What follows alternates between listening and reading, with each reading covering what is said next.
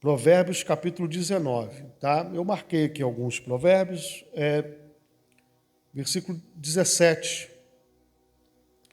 Quem trata bem os pobres, empresta ao Senhor, e Ele o recompensará. Quem recompensará? O pobre ou o Senhor? O Senhor.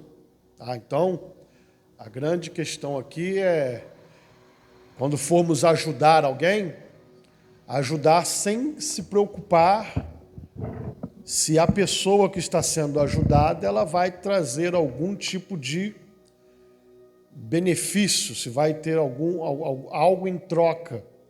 Não.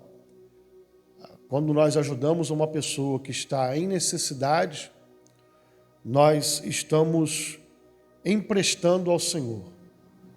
E como eu já disse algumas outras vezes, Deus não fica devendo nada a ninguém. Algumas coisas estão envolvidas sobre as questões financeiras e algumas pessoas não compreendem isso. A pior coisa que pode acontecer na vida de um crente é reter. Ou seja, você recebe de Deus bênçãos financeiras e a pessoa retém. Tem pessoas que retêm por muitos motivos. Já vi desculpa de todo tipo. Às vezes é uma família que está em necessidade e a pessoa vira e fala assim: para que teve filho então? Você é pobre? Por que teve filho? Eu que não vou ajudar. Já ouvi pessoas dizendo: crente, na hora de fazer não me chamou para ajudar? Porque que olha só, hein? Por que na hora de criar, agora eu que tenho que ajudar? Não seria estranho ouvir isso de um ímpio, né? Mas ouvir isso de um crente é complicado. Então, são formas como as pessoas veem o mundo. E sim, né? As pessoas enxergam o mundo de várias formas, né? Tem gente que enxerga o mundo, não sei que mundo é esse que a pessoa enxerga. Situações difíceis, irmãos, elas sobrevêm sobre qualquer pessoa. Sobre qualquer pessoa. Eu conheci, ninguém me contou não, eu conheci pessoas muito bem de situação, empresário, andando de carro importado, com tudo do bom e do melhor, bolso cheio de dinheiro, e a zero. Cozinhar na latinha de álcool. Não ter nem dinheiro para comprar um gás e comendo miojo porque ganhou de doação. Então, o mundo dá muitas voltas. E Deus sempre teve cuidado com as pessoas necessitadas, com as pessoas mais pobres, com as pessoas que estão em situação de vulnerabilidade. Se você começar ali pela lei, no Antigo Testamento, você vai ver que existem várias leis falando sobre o cuidado com os pobres. Por exemplo, se você fosse dono de uma lavoura, você não poderia colher tudo. Você teria que fazer a sua colheita, mas sempre deixando alguma coisa, para que os pobres, órfãos, viúvas, pudessem, depois da sua colheita, entrar e achar alguma coisa para poder colher e matar a fome. Isso está na lei. Deus tem esse cuidado. Você vê que, é Antigo Testamento. Não, Antigo Testamento, ok. Novo Testamento. Você vai ver nos escritos a igreja recolhendo oferta. Para que a igreja estava recolhendo oferta? Cuidado com os mais pobres. Você vai ver o apóstolo Paulo sempre orientando a ter cuidado com as viúvas e com os órfãos. Por que isso? Tão óbvio, né? O órfão não tem ninguém para cuidar dele. E a viúva? Bem, naquela época não existia previdência social. Então, quando o marido morria, a mulher era sustentada pelos filhos. Se não houvesse filhos, ou se os filhos abandonassem ou não cuidassem, essa pessoa ficava em dificuldade. Então a igreja sempre teve esse cuidado. Embora que haja, tá, irmãos? Alguns critérios. Por exemplo, quem não trabalha não come, né? Ou seja, a pessoa recebe, mas a pessoa também tem que trabalhar na obra do Senhor, tem que estar ajudando, não só ficar na aba. Então, existe uma série de critérios. Sim, existe. Mas a Bíblia fala sobre o cuidado com os mais necessitados. Sim.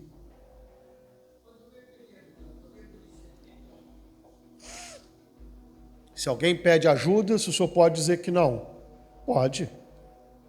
Às vezes você não tem condições de ajudar.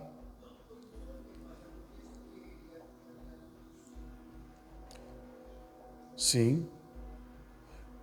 Há pessoas que acostumam, né? Assim, irmão, cada caso é um caso, tá? Pessoas que pedem para poder beber. Você não vai dar dinheiro para a pessoa beber. Aí a pessoa vem, te pede um recurso, uma ajuda, e você sabe que aquela pessoa vai usar drogas.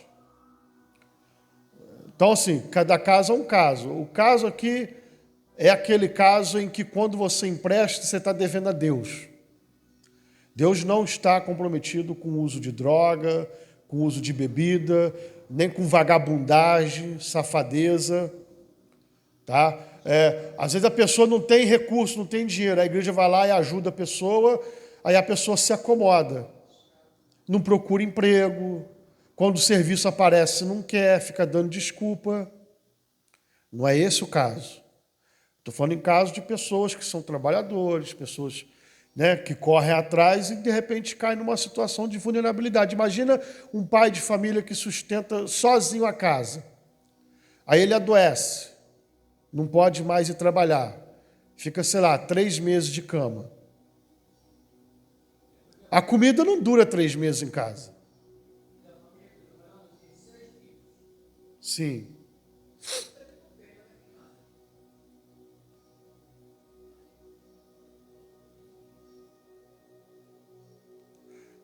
Cada caso é um caso. O senhor, de repente, pode chamar as crianças até a sua casa e dar alguma coisa para elas comerem, um biscoito, alguma coisa.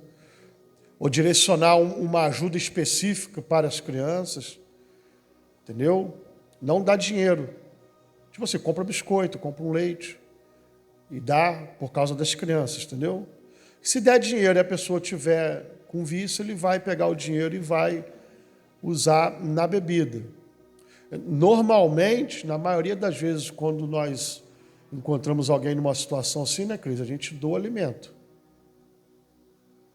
Entendeu? A gente doa alimento. Porque se doar o dinheiro é complicado. Às vezes a pessoa tem problema de vício, ele vai usar o dinheiro para o vício. Mas a grande questão aqui, irmãos, que eu quero que nós venhamos entender, sim, precisamos de ter discernimento para, ao invés de estar ajudando, você acabar sustentando o vício de alguém. Precisamos de ter esse discernimento com certeza. Tá? Por isso que nós precisamos de entender a situação.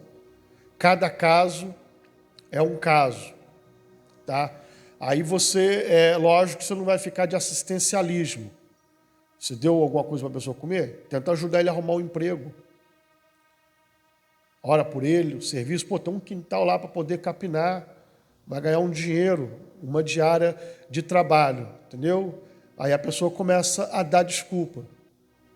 Ah, eu ia, mas não deu para ir, porque hoje está frio, amanhã está calor, tem pernilongo, pode aparecer uma aranha e me picar, e não sei o quê. Ah, hoje eu acordei com dor nas costas, hoje eu estou com não sei o que lá, e vai dando desculpa em cima de desculpa e não trabalha. Opa, sinal de alerta. A gente precisa de ter esse discernimento. Quem está numa situação difícil, pega qualquer coisa. Ah, apareceu um serviço, Poxa vida, eu lembro que eu fui trabalhar numa empresa de fast food e o que tinha para trabalhar era de 8 da noite a 8 da manhã, sem hora extra, 12 horas, sem ganhar hora extra, salário mínimo.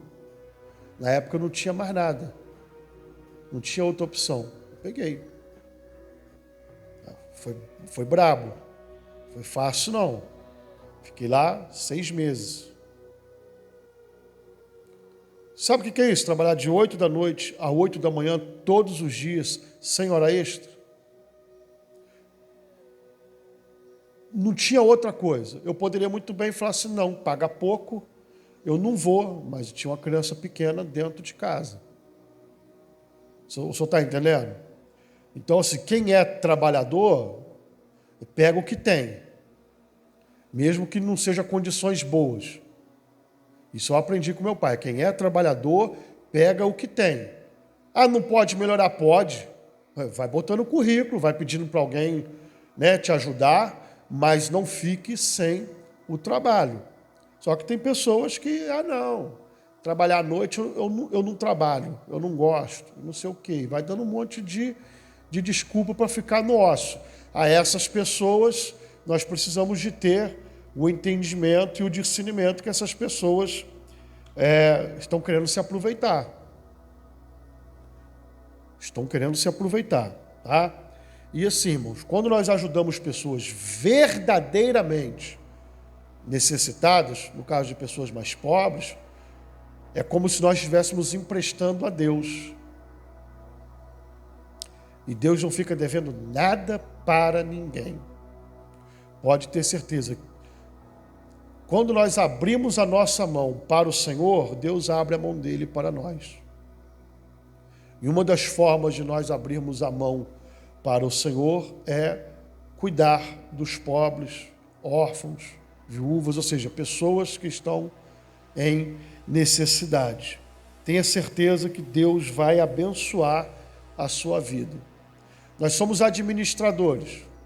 Qual é a vantagem de Deus colocar recursos na mão de uma pessoa que retém? Não tem vantagem nenhuma. Do ponto de vista lógico, não tem. É um péssimo administrador. Agora, se uma outra pessoa administra bem, faz a vontade de Deus, ou seja, o Senhor vai colocar mais recursos e direcionar mais recursos para aquela pessoa. Isso é um fato. Versículo 21. Muitos são os planos no coração do homem, mas o que prevalece é o propósito do Senhor. A gente faz planos, a gente planeja, às vezes a gente faz até um esboço, né, dos projetos, queremos fazer as coisas, mas o que prevalece é a vontade de Deus. Quantas vezes, irmãos, nós somos impedidos porque aquilo que a gente acha que é bom não é a vontade de Deus. E eu não estou falando de pecado, não. O pecado é óbvio. Eu estou falando de coisas da vida cotidiana. Coisas que para nós são... a gente acha que é bom. Vou fazer uma obra lá em casa, vou fazer um serviço e tal, e talvez esse não seja o propósito de Deus. Mas Deus se mete nisso? Sim. Deus governa todas as áreas das nossas vidas. É por isso que nós temos que orar. E muitas das vezes, mesmo orando, a gente ainda erra. Porque às vezes a gente acha que está no caminho certo e às vezes não erra. E a pior forma de a gente entender que o caminho está errado é quando a gente quebra a cara. Né? Essa é a pior forma que existe.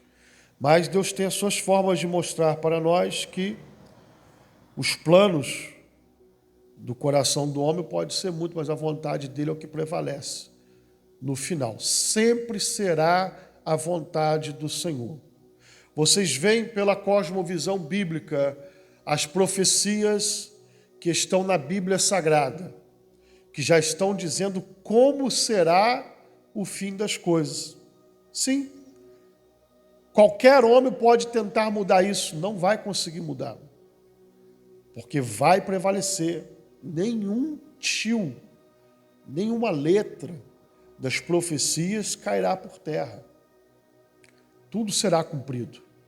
E nós vemos tudo se cumprindo. Os homens dizem que a paz é boa e deve-se buscar a paz. Como está o mundo hoje? Eu tenho acompanhado as notícias internacionais, é terrível. Só está piorando as tensões. Só piorando. Por mais que se grite, queremos paz, não conseguem. E uma das coisas que é muito estranho de tentar entender é buscar a paz por meio da guerra. É ilógico isso, né?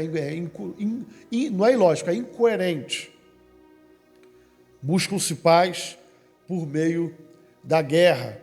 Os homens tentam, fazem os seus propósitos, mas no final o que prevalece é a vontade do Senhor. Isso vale para o coletivo e isso vale para as nossas vidas no pessoal. Então nós podemos fazer muitos planos e acharmos até que esses planos são bons, mas no final acabamos sendo restringidos, literalmente impedidos por Deus. Às vezes a gente não entende por que as coisas dão errado e ficamos sem entender. Alguém aqui já tentou fazer algo que era bom e deu errado? Ninguém, né? Acho que só eu, né? Só eu, vocês estão bem melhores do que eu.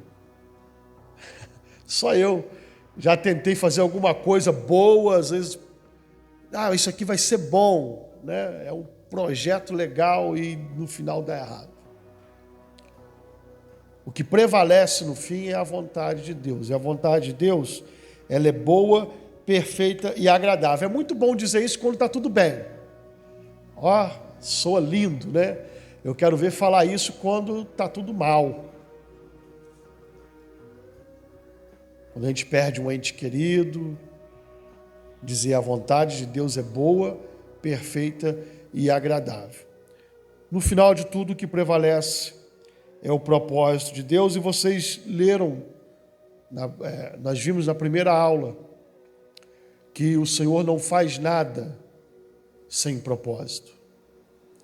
Tudo é feito com propósito, e o que prevalece é o propósito do Senhor. O capítulo 20, o versículo 11. Até a criança mostra o que é por suas ações. O seu procedimento revelará se ela é pura e justa. Aqui reside uma questão que muitas pessoas não aceitam. É a questão da natureza caída do homem. E essa doutrina, ela é bíblica. Por causa de um homem, Adão, o pecado passou a toda a raça humana, todo o gênero humano caiu em Adão. Tem gente que não sabe por que isso, mas nós sabemos que Adão era o representante da raça. Quando ele cai, ele joga todos os seus descendentes na desgraça. Alguém pode gritar, mas isso não é justo. Vai gritar lá no dia do juízo final. Diante do trono branco, grita isso para Deus. E ele estipulou dessa forma. Há um representante, e esse representante caiu e jogou toda a sua descendência na condenação do pecado. Por isso, foi necessário vir um outro representante para poder salvar e resgatar todos aqueles que crescem. Jesus é o representante para a salvação e a libertação das consequências do pecado. Muita gente não entende isso. As crianças, e aqui mora um ponto de divergência muito grande. Por quê? Porque sempre entendemos que as crianças são inocentes. Eu não gosto de usar o termo inocente. Eu gosto de usar o termo ingênua. Porque ninguém é inocente diante de Deus. Ingênua sim. Por que ingênua? Porque não tem discernimento ainda do que está fazendo. Inocente não, porque inocente significa que ela não tem culpa. Mas as crianças têm culpa. E aí vocês vão entender por que dentro da cultura cristã se batizam algumas denominações, religiões, batizam crianças. É por causa disso. Criou-se um temor de que as crianças, por estarem nessa condição caída, elas deveriam ser batizadas para a remissão do pecado, mas isso é um meio de confortar o coração dos pais. Apenas isso. Não serve para mais nada. Dentro da teologia reformada existe também a questão de que é um meio de introduzir a criança no corpo de Cristo, para que a criança possa se beneficiar da família de Cristo, né, de todas as bênçãos. Mas vamos ser sinceros, nada disso tem coerência quando nós olhamos o todo da palavra de Deus. Aí usa um monte de justificação, não, porque o batismo substitui a circuncisão, não sei o quê, doutrina da substituição, e vai por aí afora, mas nós lemos que o batismo é para arrependimento de pecado. E uma criança não tem esse discernimento. Então, o que eles usam? Batizam a criança, quando a criança tem uma idade de discernimento, normalmente acima dos 12 anos, aí fazem a criança confessar publicamente, e é assim que eles fazem. Eu entendo por que eles fazem. É o medo. Por exemplo, se um bebê morre, qual é a situação desse bebê diante de Deus? Uma criança pequenininha, né, adoeceu ou acidentou, morreu. Então sempre houve esse debate na história do cristianismo e por isso muitas denominações fazem isso. Algumas coisas, quando nós lemos, né, a palavra de Deus, vai dizer que as coisas ocultas são para Deus e as reveladas são para os homens. Nós sabemos e cremos que o nosso Deus é um Deus misericordioso e compassivo. Ele tem compaixão, ele tem misericórdia e Deus age, sempre agiu. Então não temos motivo para poder viver atormentados por causa dessas coisas. Nós temos que entregar para Deus.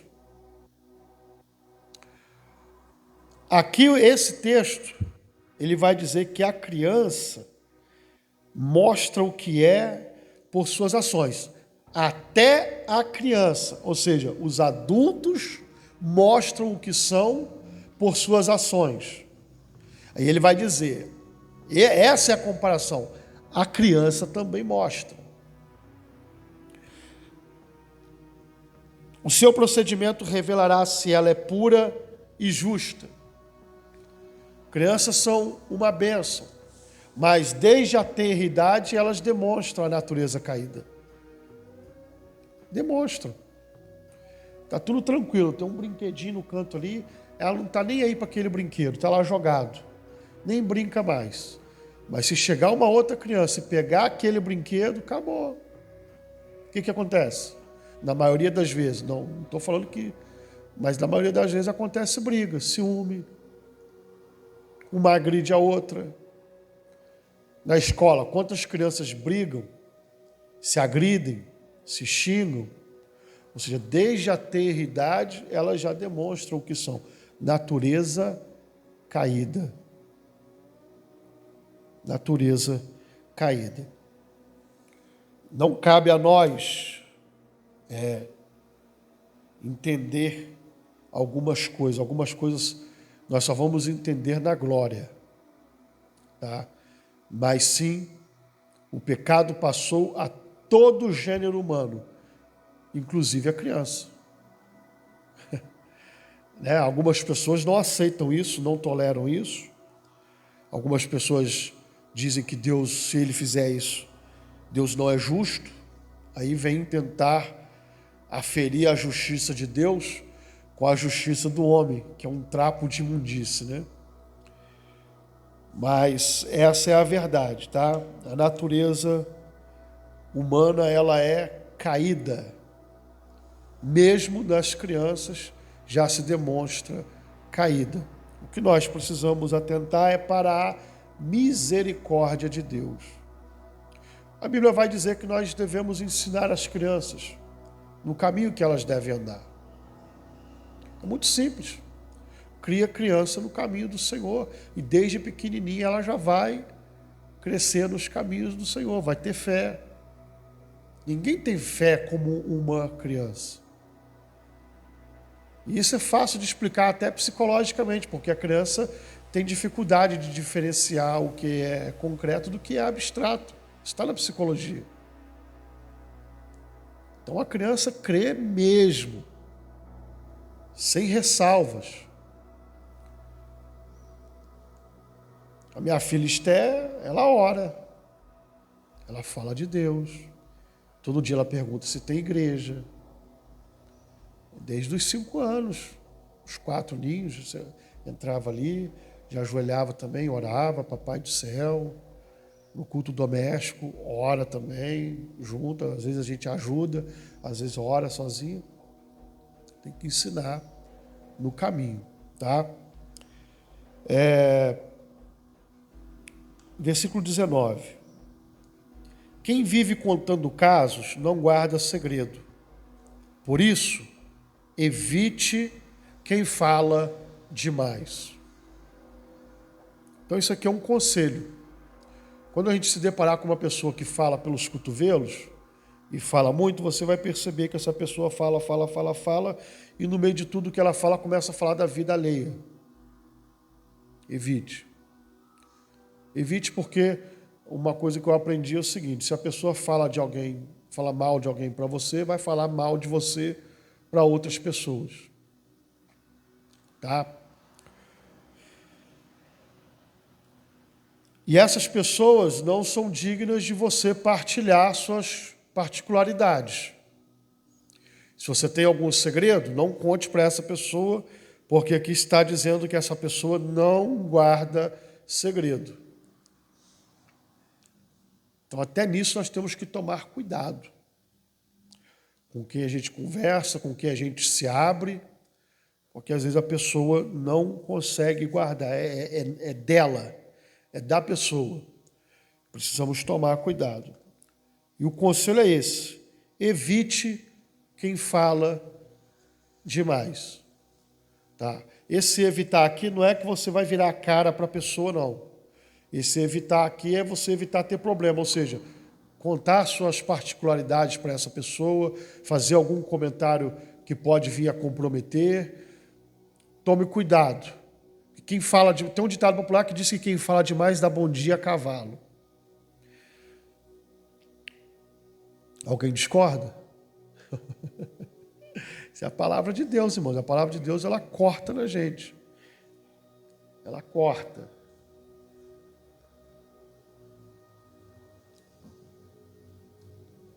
Tem pessoas que falam muito porque são ansiosas, tá? E tem gente que fala muito porque é linguarudo mesmo. Então, tem que tomar muito cuidado. Ao conversar com as pessoas, você já consegue discernir qual é o tipo de pessoa. Se é uma pessoa ansiosa ou se é um linguarudo.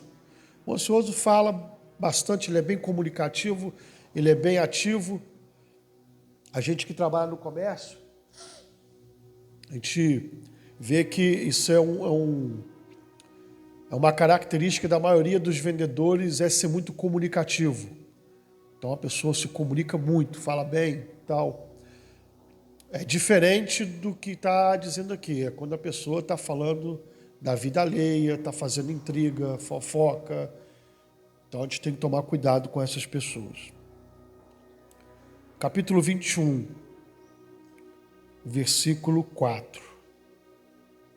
A vida de pecado dos ímpios se vê no olhar orgulhoso e no coração arrogante. Irmãos, orgulho e arrogância são características de ímpio. Não é característica de cristão. Então, quando um cristão ele expõe essas características de orgulho e arrogância, o que nós devemos imaginar?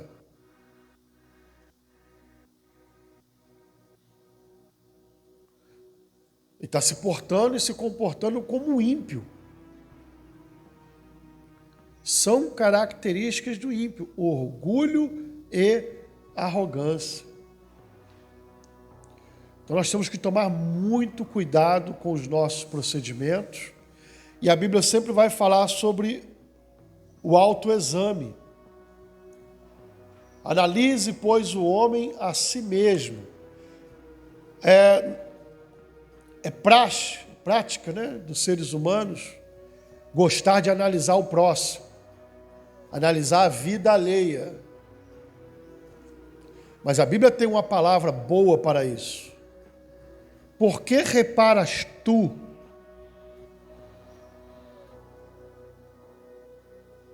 no cisco que está no olho do teu irmão, se tem um galho dentro do teu olho?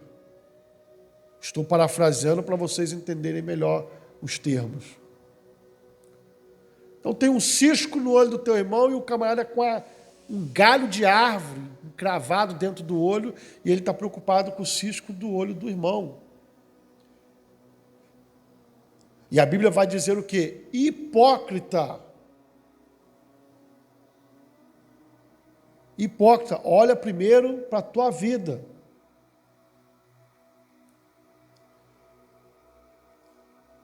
Arrogância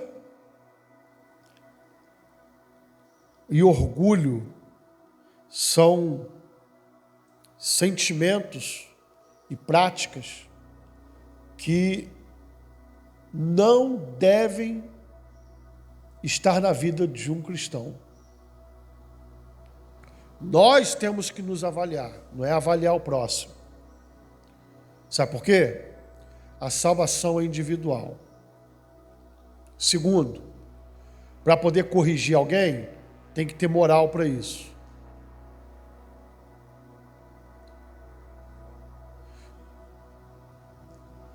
Ninguém vai aceitar, por exemplo, um conselho de um cachaceiro para não beber cachaça. Não tem moral para isso. Ninguém vai aceitar o conselho de um adúltero para não adulterar, porque ele não tem moral para isso. A pessoa, para poder corrigir alguém, precisa ser exemplo, precisa ter moral. Então, já cansei de ver pessoas passar vergonha com isso. Passar vergonha mesmo, de querer apontar o dedo para alguém e tomar uma contrapartida devastadora, da cara cair no chão. Então nós temos que tomar muito cuidado com isso. Versículo 9.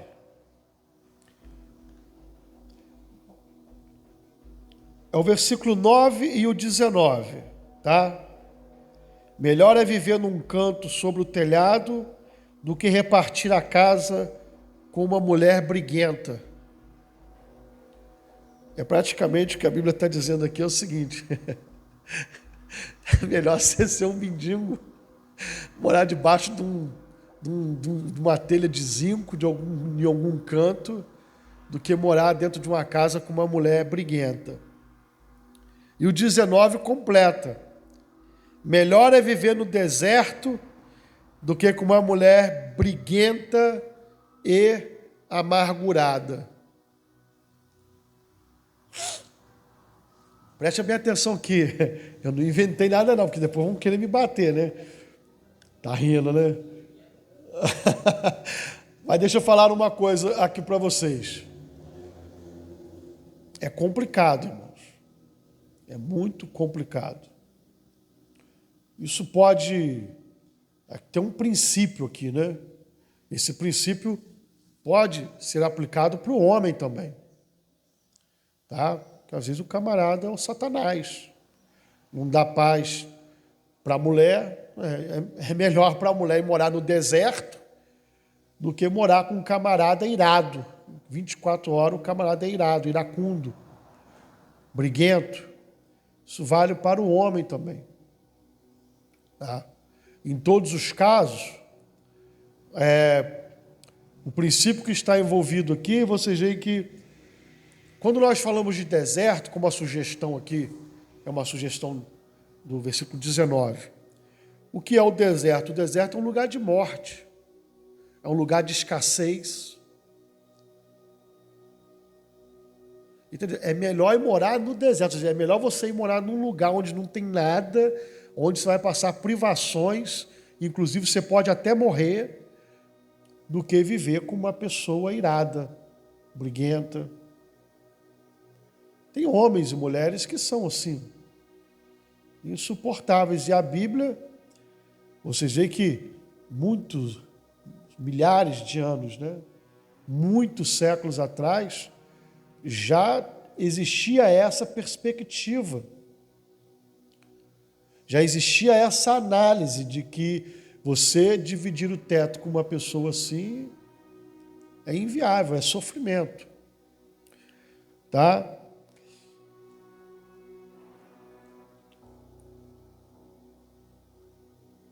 Versículo 23. Quem é cuidadoso no que fala, evita muito sofrimento. Eu não sei se vocês estão percebendo, mas ao longo desse estudo de Provérbios, nós estamos nos deparando com muitos textos falando sobre o cuidado na fala. O cuidado com a fala.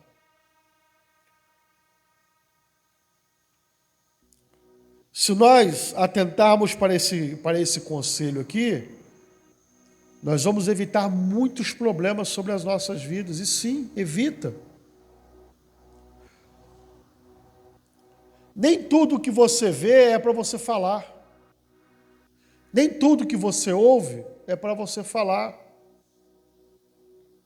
Mais para frente nós vamos ver um outro conselho, mas eu vou fazer aqui uma introdução. Quando eu estava estudando sobre Deus e o mal, sobre essa relação da origem do mal, eu me deparei com uma argumentação de Platinga, uma argumentação filosófica sobre o assunto. E ele dizia o seguinte, que para nós imaginarmos uma montanha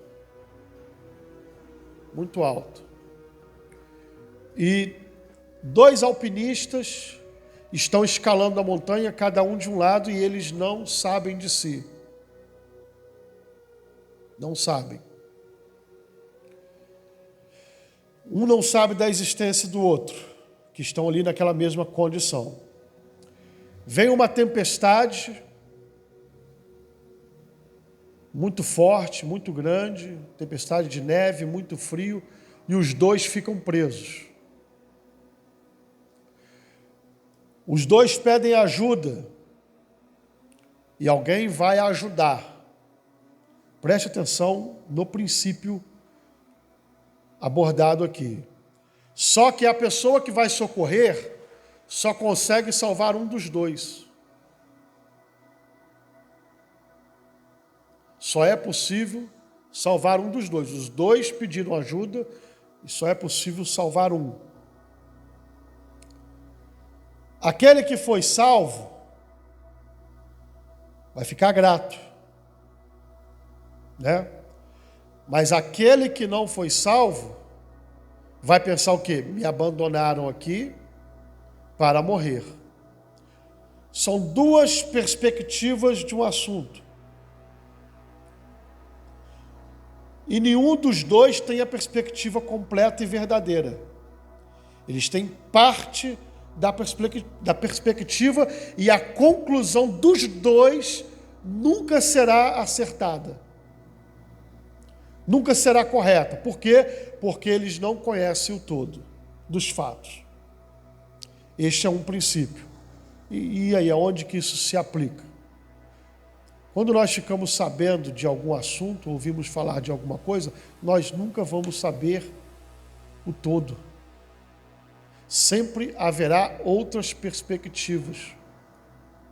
É por isso que se diz que em toda a história sempre existem, no mínimo, dois lados. Dependendo da história, existem mais visões diferentes sobre o assunto. Tem a perspectiva de quem está, dos que estão vivendo o problema, tem a perspectiva dos que estão sofrendo, aqueles que estão ao redor e acabam sofrendo por consequência. Então nós precisamos, irmãos, ter muito cuidado no que a gente fala para poder evitar o sofrimento. Por quê? Porque nem sempre aquilo que nós estamos observando é o que nós estamos imaginando. Por quê? Porque nem sempre, e na maioria das vezes, nós não vamos ter a noção do todo que está acontecendo. E às vezes nós vamos achar que uma coisa está errada, e às vezes nós vamos chegar a essa conclusão porque não temos dados suficientes para poder entender o que está acontecendo. Então, por isso que é melhor tomar cuidado na hora de nós julgarmos. Quando nós ouvirmos alguma coisa, mas e aí? E o outro lado? Às vezes nós ouvimos uma história, alguém vem, conta alguma coisa, fala alguma coisa, mas e aí? Já ouviu o outro lado? Já perguntou? Já foi lá, sentou para conversar? Não. Então, se tirarmos conclusão em cima de apenas uma versão da história, estamos errados. Então, cuidado no que você fala. Isso aqui é só um dos exemplos. Esse cuidado na fala, ele é muito amplo, serve para tudo. Diga.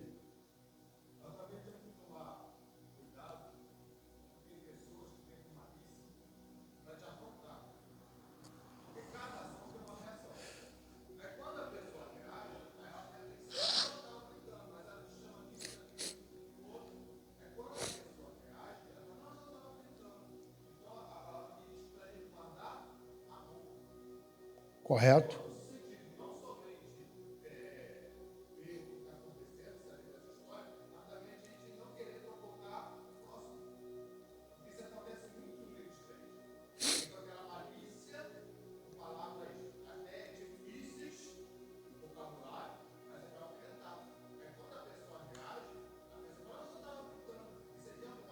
Muito.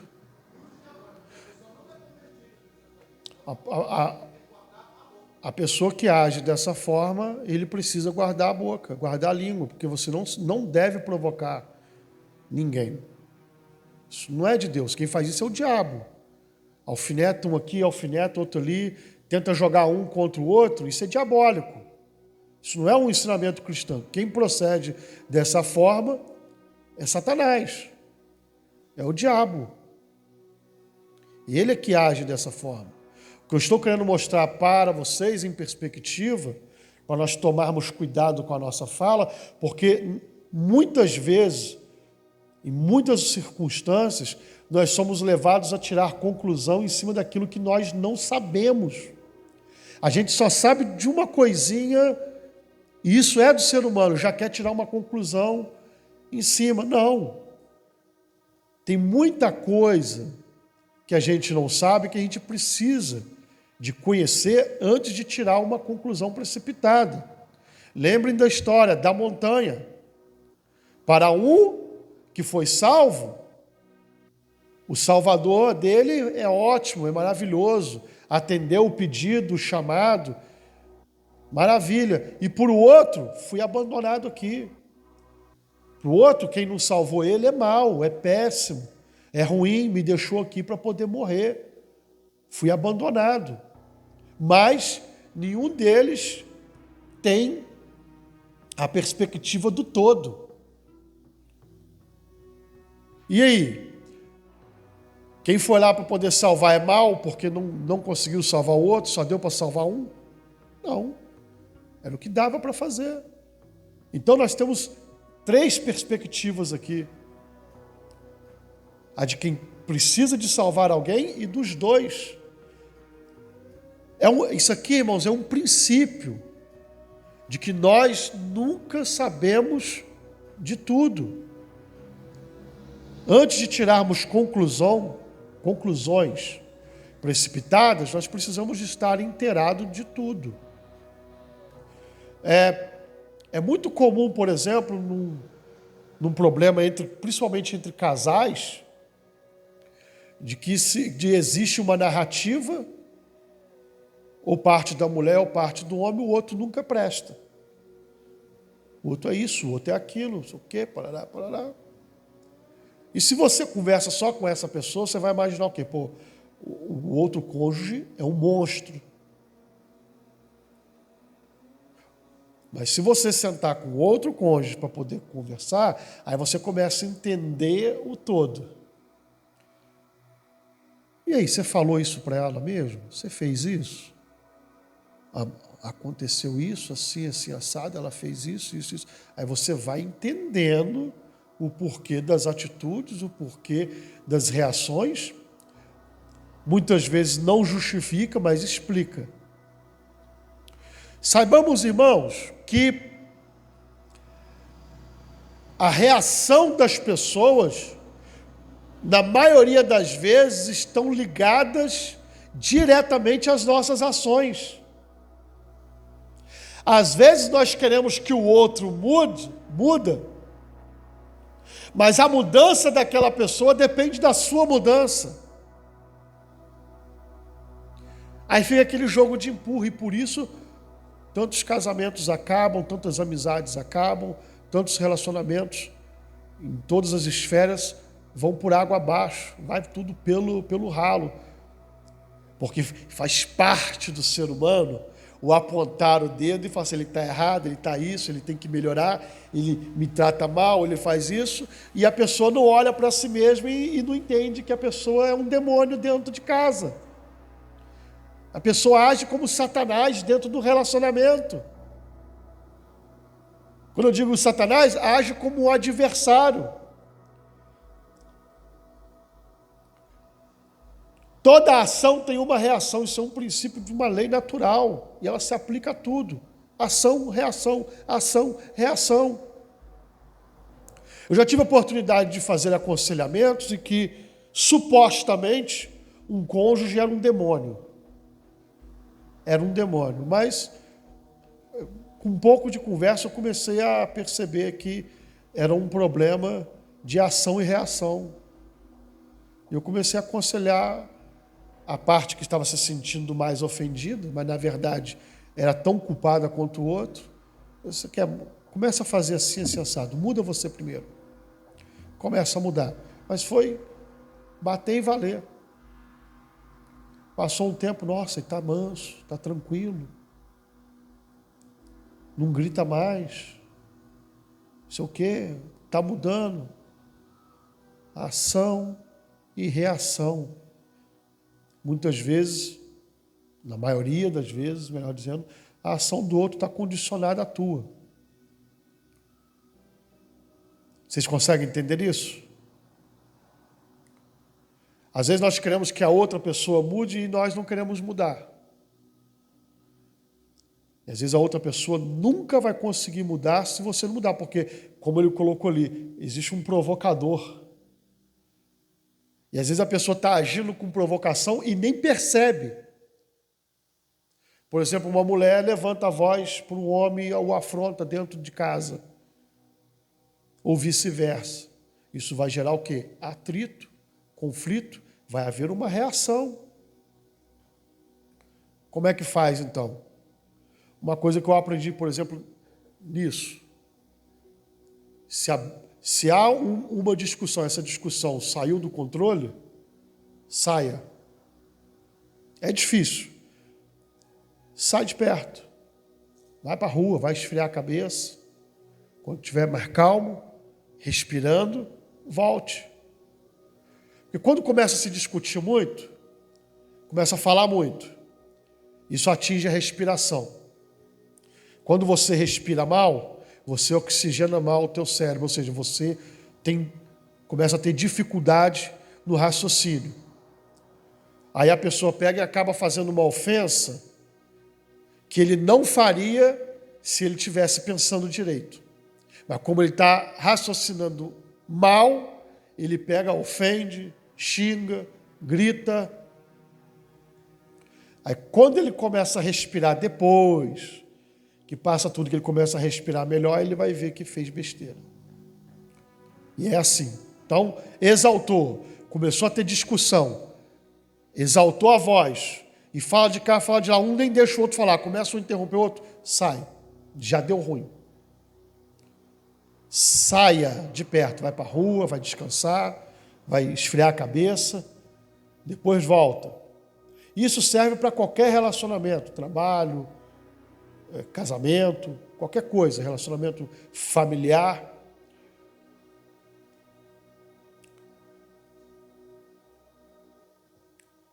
Versículo 30.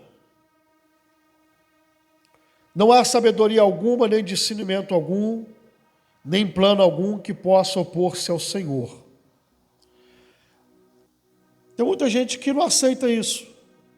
Já falei aqui para vocês aqui, né? Tem alguns teólogos aí que estão famosos na internet. Normalmente os mais famosos são os mais hereges, né? Normalmente, existem exceções, mas normalmente os mais conhecidos, os mais famosos aí são os mais hereges, que vão dizer que Deus tem uma caneta que está escrevendo a história e a borracha está na nossa mão. Ou seja, Deus determina algo para a tua vida, mas eu tenho a borracha na minha mão, ou seja, eu aceito se eu quiser. Isso é heresia.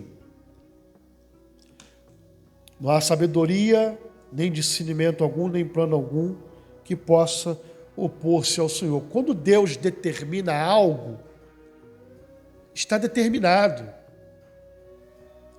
Não tem homem, não tem poder, não tem ciência, não tem sabedoria que possa se opor a Deus. Isso está na Bíblia. Em várias ocasiões, quantas pessoas que se oporam a Deus e ficaram bem para contar a história depois? Quantos? Se levantaram literalmente contra Deus e ficaram bem. Venceram, vamos dizer assim, né? Se deram bem. Não, você só vê pessoas se arrebentando. Até mesmo os santos. São homens, pessoas passíveis de erro. E ao desobedecerem ao propósito de Deus, se arrebentaram. Trouxeram consequências ruins sobre as suas vidas. Ninguém pode se opor aos propósitos de Deus. O que cabe a nós é aceitar que Deus é soberano e Ele faz o que Ele quer. Nós somos criaturas. Cabe a nós apenas obedecer ao Senhor e glorificar a Ele pelos seus propósitos. Ainda que nós não venhamos a compreender os seus propósitos, nós sabemos que Deus é bom. Mesmo naquilo que nós achamos que é ruim, Deus é bom. Nós é que não temos capacidade de entender os caminhos do Senhor em muitas circunstâncias. Como diz lá no profeta Isaías, os meus pensamentos são mais altos que os vossos pensamentos, e os meus caminhos são mais altos que os vossos caminhos. Então não adianta a pessoa achar que entende, compreende, porque não. 31. Prepara-se o cavalo para o dia da batalha, mas o Senhor é que dá a vitória. Tem um princípio aqui. Tem um princípio. Deus dá a vitória, mas nós temos que fazer a nossa parte. Ok? Vamos lá. Eu preciso de uma porta de emprego. Amém? Vamos orar para Deus dar a porta de emprego. Se eu não procurar, eu vou arrumar esse emprego? Prepara-se o cavalo para a batalha. Quem dá a vitória é o Senhor. Ou seja, os soldados se preparam para a batalha, fazem o que tem que fazer, traçam as suas estratégias, faz tudo o que precisa de fazer. E o Senhor garante a vitória. Esse é um princípio para a gente traçar para todas as áreas das nossas vidas. Deus está conosco, mas nós temos que fazer a nossa parte. Eu quero ser um juiz. Maravilha. Se você não estudar, você não vai ser um juiz. Precisa de estudar, ou seja, você precisa de preparar esse cavalo para a batalha, fazer a tua parte. Amém? Então, que nós possamos aplicar esse princípio nas nossas vidas. Capítulo 22, versículo 6. Instrua a criança segundo os objetivos que você tem para ela, e mesmo com o passar dos anos, não se desviará deles. É aquela questão que nós estávamos falando anteriormente sobre instruir a criança. Quando você tem um propósito para uma criança, você tem um filho, você quer que seu filho seja algo, você tem um propósito, um projeto para ele, você tem que começar a ensinar ele desde pequenininho. Eu tenho uma prima que ela é intérprete. E na idade que ela foi para a escola, o meu tio colocou ela no inglês. Então ela foi alfabetizada tanto no português quanto no inglês e foi crescendo a vida inteira, estudando inglês, fazendo cursos, fez faculdade, formou, foi embora para os Estados Unidos, hoje ela é intérprete.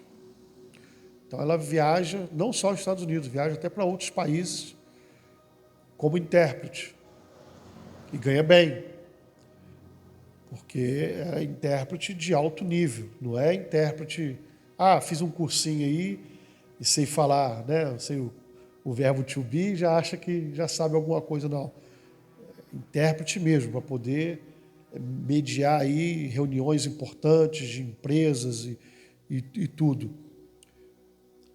Ou seja, instrui a criança. E esse princípio vale para os caminhos do Senhor. Instrui a criança na presença de Deus. Mas e a criança, quando cresce, desvia? Cada caso é um caso. Às vezes desvia, vai bater cabeça, mas vai voltar, porque a semente está plantada no coração. Reparem isso, em muitos casos se desvia, vai lá no mundo, quebra a cara, bate cabeça e depois volta. A gente cansa de ver isso. A semente está no coração. Em muitos casos, a criança não sai da presença de Deus.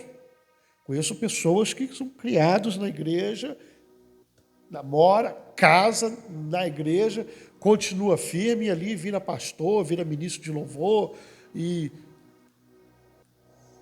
é isso. Pessoas que prosseguem, porque foi criado e foi ensinado desde pequeno. Há alguns casos que chamam a atenção de que algumas crianças acabam se desviando, aí já é um processo que os pais têm culpa. Porque às vezes querem ensinar uma coisa, mas não dão exemplo. Aquela questão do faz o que eu falo, mas não faz o que eu faço. Então, quer ensinar a criança nos caminhos do Senhor, você não pode brigar na escola, mas bate na mãe em casa. Então, isso gera conflitos internos dentro da mente da criança e isso atrapalha demais. Porque quando cresce, que tem a noção e começa a ter discernimento, a pessoa vai acabar botando culpa na religião. Isso é uma falsidade danada, porque é uma coisa na igreja, dentro de casa é outra, e algumas acabam se desviando. 22:7.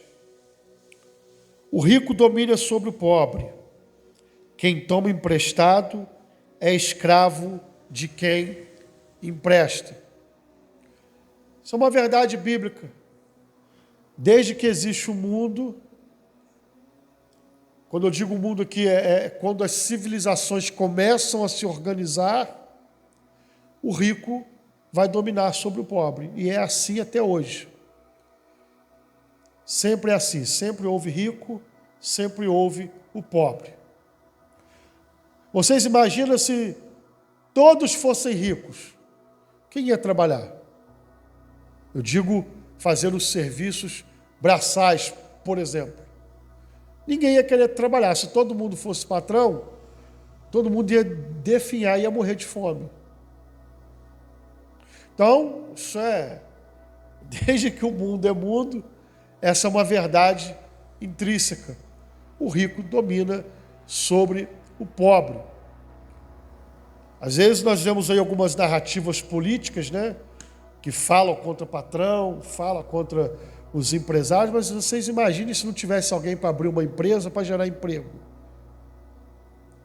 E arrumar serviço aonde? E arrumar trabalho aonde? Então é assim que funciona. É dessa forma que funciona a sociedade e muita gente não entende isso.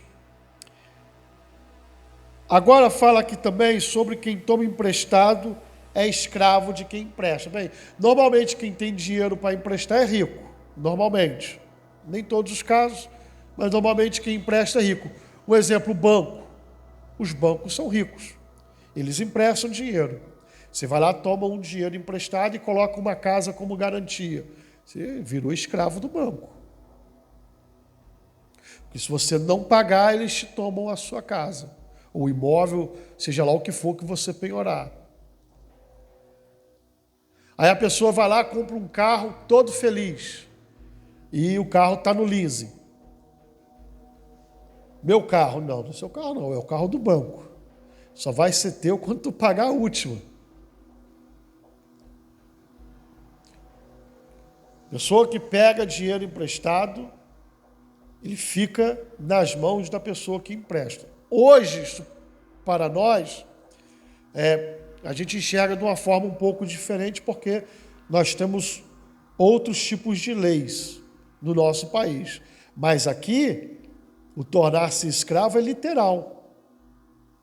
Porque quando a pessoa não pagava a dívida, o credor vinha e levava a pessoa para pagar a dívida com trabalho escravo. Era a lei.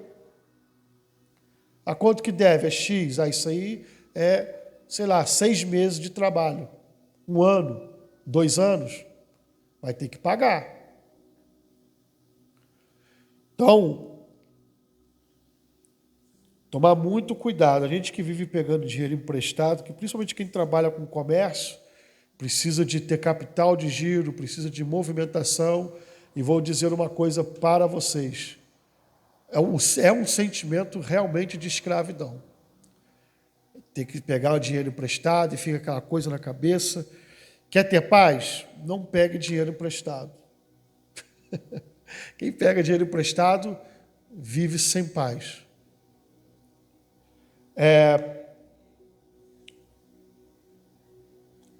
22:13.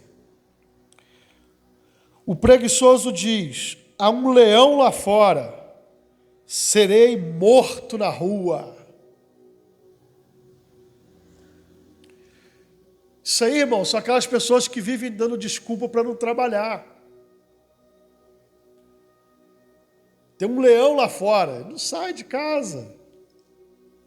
Ah, se eu sair e for para tal lugar trabalhar, eu vou ser assaltado. Eu vou ser roubado.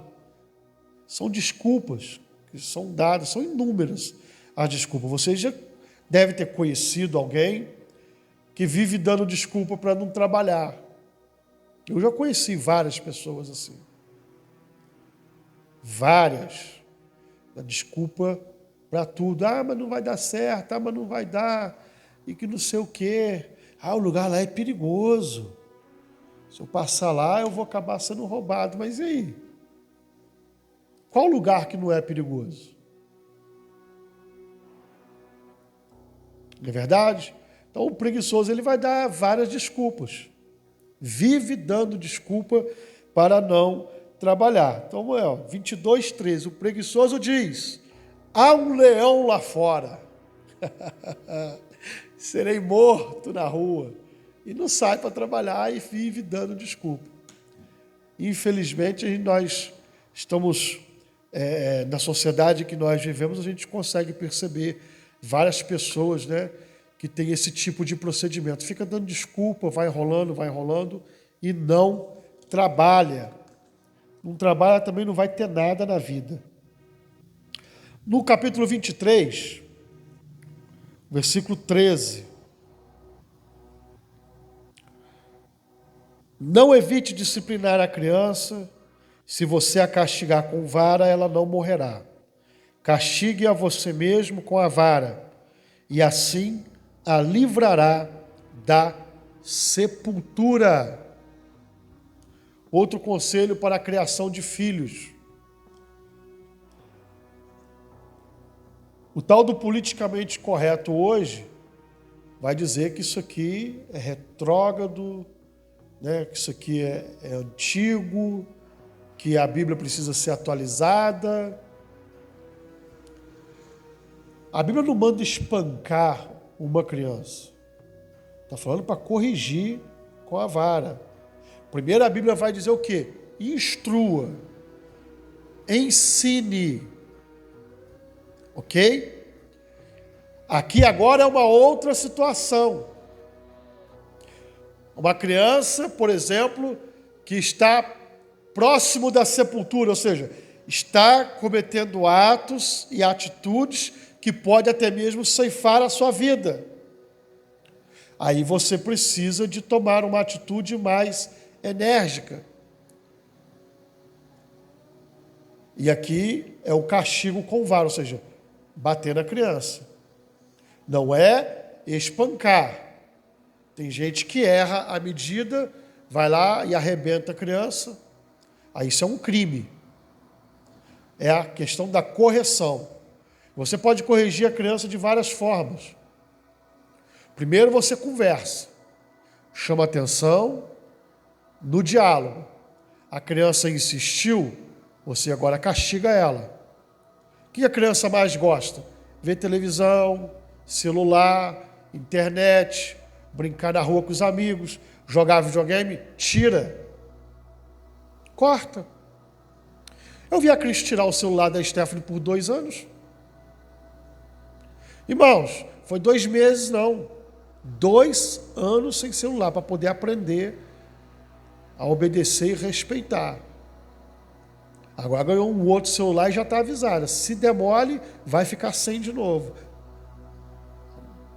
Então, uma bênção. Graças a Deus, louvado seja o nome do Senhor. Mas se não tivesse feito isso, talvez nós estaríamos colhendo frutos de problemas hoje. Todo mundo fala para ela, nossa, você é uma mãe mal, você é uma mãe ruim. Não, ruim é se deixasse correr solto, correr frouxo. Por quê? Ia para um caminho de morte. Você quer ver só a questão da restrição? Quando a Esther era pequenininha lá em casa, eu tenho escada. Quem já foi lá em casa sabe. Eu moro no 2º andar. Nós moramos, né, amor? 2º andar. Pequenininha. O que eu fiz? Restringi. Botei um portão de madeira na porta da sala. Portãozinho assim. Né? Peguei umas tábuas lá, cortei, botei uma dobradiça, fiz uma gambiarra lá e para manter trancado. Para quê? Porque a escada é um perigo e a criança não tem discernimento. A partir do momento que a criança começa a ter entendimento e discernimento, tem que ser ensinada. E muitas vezes ser restringida. Se não obedece, castiga, tira o que ela gosta.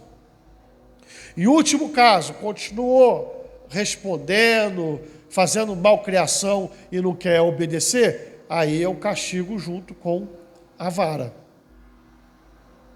É melhor uma mãe e um pai bater do que no futuro a polícia bater, a milícia bater, o tráfico bater. E essas pessoas não vão ter amor e nem pena. Correto? Eu estou falando isso aqui, eu sei que hoje isso é o politicamente incorreto, muitos cristãos não aceitam, mas aí cada um cria o seu filho do jeito que quiser, que achar melhor, e no final colha as consequências calado. Aí não vem reclamar para pastor, não vem ficar buzinando na orelha de ninguém, não. Colha o que plantou calado, sem perturbar o juízo dos outros, porque a orientação recebe e não quer receber e aceitar a orientação, então cada um colha aquilo que plantou, não é verdade? Então, às vezes, é necessário, não estou falando de você fazer isso por retaliação, vingança, com raiva, não. É para você evitar da criança morrer. Evitar. A gente, quando era moleque, a gente saía para tomar banho de represa, de barragem. Perigo, rapaz. Perigo, e escondido. Aí quando o pai ou mãe de alguém descobria lá, o pau cantava. Vai lá de novo? É ruim. Não vou nada. Nada porque o bicho pega. Pode falar, irmão.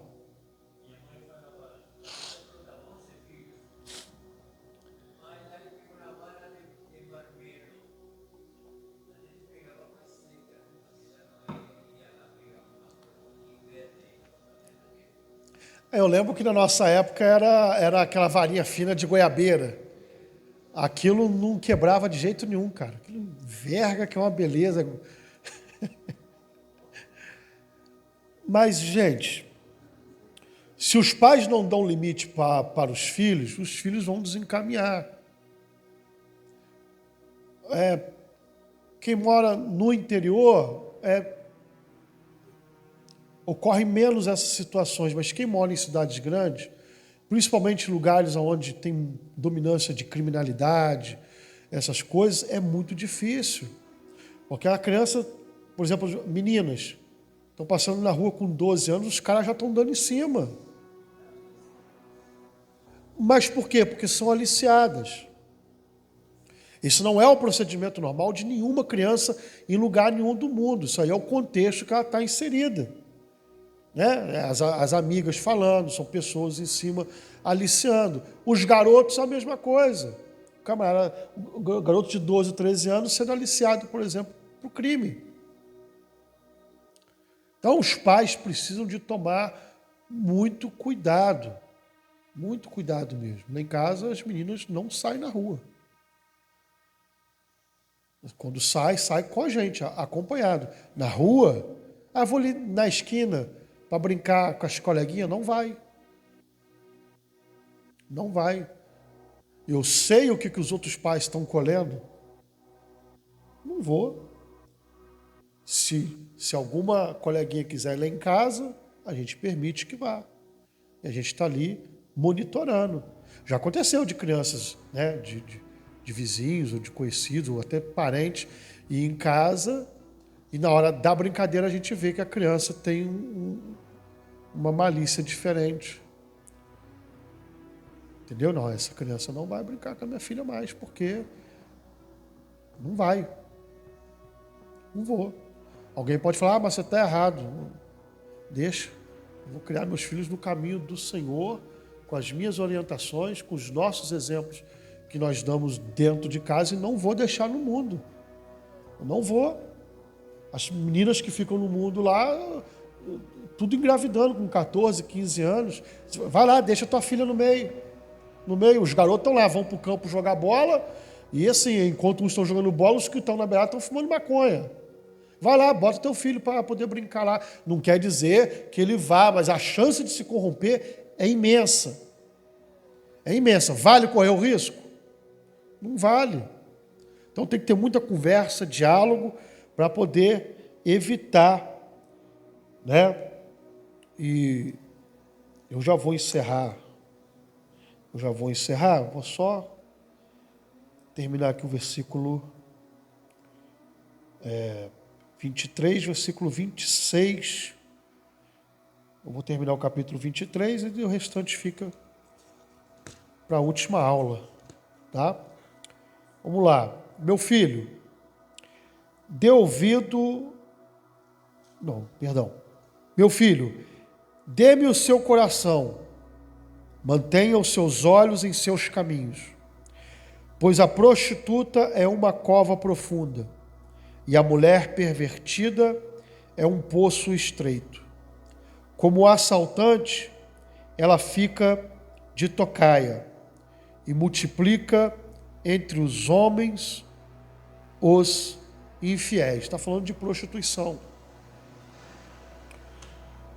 Está falando de prostituição. Uma sociedade onde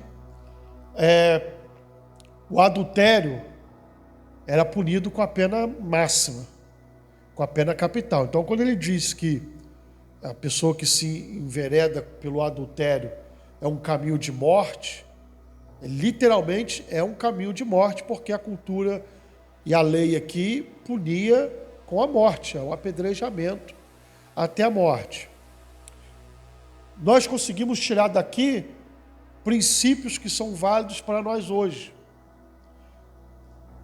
Uma pessoa hoje que comete um adultério não necessariamente será punido com a morte, não pela lei do nosso país.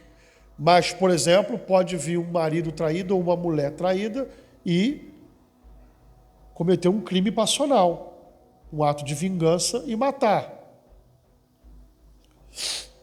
Você lembra, Cris, que teve um rebu lá em Niterói? Uma confusão que teve lá, né? A mulher foi lá e deu uma coça na outra, com a barra de ferro. Ela entrou lá com a barra de ferro assim, ó, escondida, tirou e arrebentou a outra mulher. Largou desmaiada mesmo. Sangue jorrando. Só não morreu porque teve a misericórdia de Deus em cima dela, porque não deu tempo nem de separar. E quem entrou para separar tomou também. Quase morreu. Enfim, não morreu, mas podia ter morrido. Se arrebentou, foi para o hospital, ficou internada. A vergonha foi grande, porque todo mundo ficou sabendo o porquê daquilo. Ok? E a pessoa perdeu o emprego. Então, são todas a escalada das consequências. Poderia ter morrido ou mesmo ficado aleijada. Poderia. E quantos casos nós conhecemos de pessoas que literalmente morrem, perdem a vida. Então, é um caminho que deve ser evitado. Ele inicia aqui dizendo: filho meu, me dê o seu coração. O nosso coração tem que estar nas mãos do Senhor para se evitar. Normalmente atribui-se à mulher, pelo fato da questão da sensualidade. Isso é uma coisa muito forte nas mulheres, a questão da sedução, mas isso vale para homens também. As mulheres precisam tomar cuidado, porque há homens com espírito de prostituição. Ah, mas na igreja acontece isso? Ou acontece? Acontece e muito. É por isso que eu tenho algumas dificuldades com esses cantores e pregadores que são itinerantes. Não estou dizendo que todos tenham problemas, mas como é que você vai saber quem é quem? Não tem um carimbo na testa para dizer esse é o homem de Deus, essa é a mulher de Deus. Você não tem. E a gente ouve os relatos, né? São relatos terríveis das coisas que são feitas. Pessoas que ministram na igreja e depois sai e vai para um hotel e dorme com uma acompanhante. Usa droga, enche a cara no uísque. Como é que você vai saber quem é quem? Então é muito complicado. A gente precisa de tomar cuidado e até dentro das igrejas, porque a igreja é o extrato da sociedade, tem de tudo na igreja. Tem homem e mulher de Deus, tem vagabundo, tem pilantra, tem safado, tem de tudo. E a gente não sabe quem é quem, a gente tem que cuidar das nossas vidas e entregar nas mãos do Senhor. Para poder encerrar aqui, 29. De quem são os ais? De quem as tristezas? E as brigas, de quem são? E os ferimentos desnecessários, de quem são os olhos vermelhos? Dos que se demoram bebendo vinho, dos que andam à procura de bebida misturada. Não se deixe atrair pelo vinho quando está vermelho, quando cintila no copo e escorre suavemente. No fim, ele morde como serpente e envenena como víbora. Se os seus olhos verão coisas estranhas, e sua mente imaginará coisas distorcidas.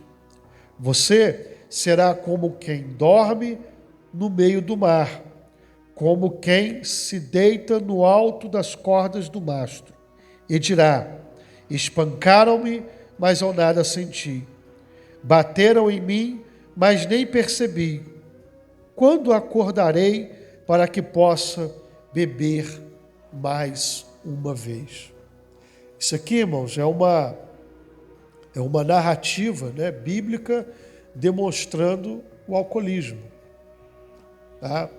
A pessoa que acaba se deixando levar pelo alcoolismo, por exemplo, como ele estivesse no mastro de um barco no mar, ou seja, cambaleando, a tontura, não para em pé, não sabe nem o que está fazendo, as coisas acontecem com ele, ele nem percebe. Por quê? Porque está tomado pelo álcool. Para poder encerrar, as coisas não acontecem de uma vez. É pecado a bebida? A bebida em si não é pecado. Jesus disse que o que contamina o homem não é o que entra da boca para dentro, é o que sai da boca para fora.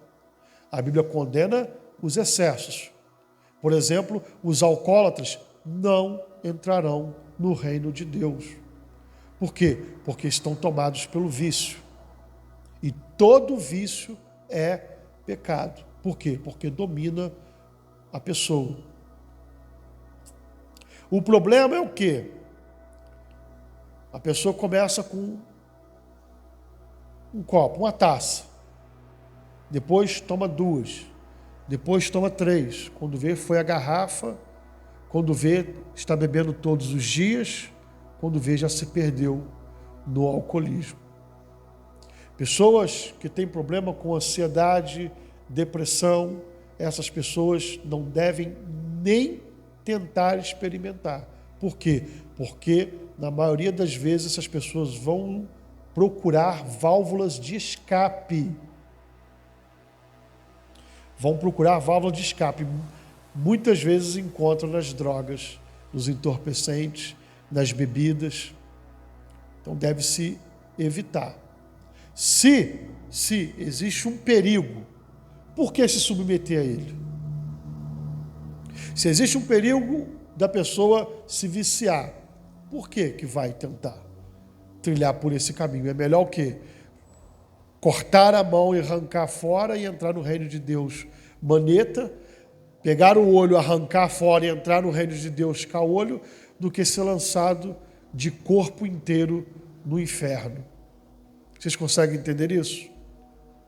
Então, aqui é uma narrativa da bebida alcoólica. Como que a pessoa fica? Veja como inicia. De quem são os ais? Ais são palavras de dor, de sofrimento. De quem as tristezas? E as brigas, de quem são? Olha, todas as consequências que recaem sobre a pessoa que se embriaga. É mentira? Quem vive no cachaçal aí, tem tristeza ou não tem? Palavras de ai e de sofrimento, brigas. A Bíblia não mente, irmãos. A Bíblia ela é minuciosa nas suas análises. E os ferimentos desnecessários. De quem são os olhos vermelhos? Imagine, a pessoa acordou e já acorda procurando mais um copo para poder beber. Ou seja, está com a sua vida tomada. Então, todo vício, irmãos, nós vamos parar aqui no 24, tá? Todo vício é pecado, tá? E os bêbados, os alcoólatras, não entrarão no reino de Deus. Você encontra isso em Corinto, está bem especificado ali, o apóstolo Paulo fala sobre isso. Então, é uma avenida que deve ser evitada. Por exemplo, pessoas que já tiveram problemas com bebida alcoólica. Algum dia na vida foram alcoólatras e foram libertas. Essa pessoa não pode beber nem um dedo. Vocês sabiam disso? Se ele tomar um dedo de bebida, ele desencadeia tudo novamente. Ele libera um gatilho naquela pessoa e aquela pessoa retorna ao vício. Então, é uma coisa que precisa se tomar muito cuidado, porque são inúmeras as famílias que são destruídas por causa do excesso de bebida alcoólica, o descontrole. Quantas vezes nós estamos viajando e a gente vê carros zanzando na rua, para um lado, para o outro. Às vezes é alguém mexendo no celular, mas algumas vezes são pessoas que estão alcoolizadas. Trazem desgraça sobre a sua vida e ainda sobre a vida do outro, porque às vezes você está bem, está com a sua família, vê um camarada e bate de frente com você e ceifa a vida de todo mundo. Então, se não bastasse as consequências que ele traz sobre a própria vida, ele arruína a vida dele, a família, os amigos e ainda terceiros. Então é muito complicado. E sempre que nós pudermos orar para que Deus livre algum parente, algum amigo que está numa situação assim, nós devemos orar. Nós devemos aconselhar. E o conselho é esse: evite o máximo que você puder e não trilhe por esse caminho, porque pode ser um caminho sem volta para muitos. Amém?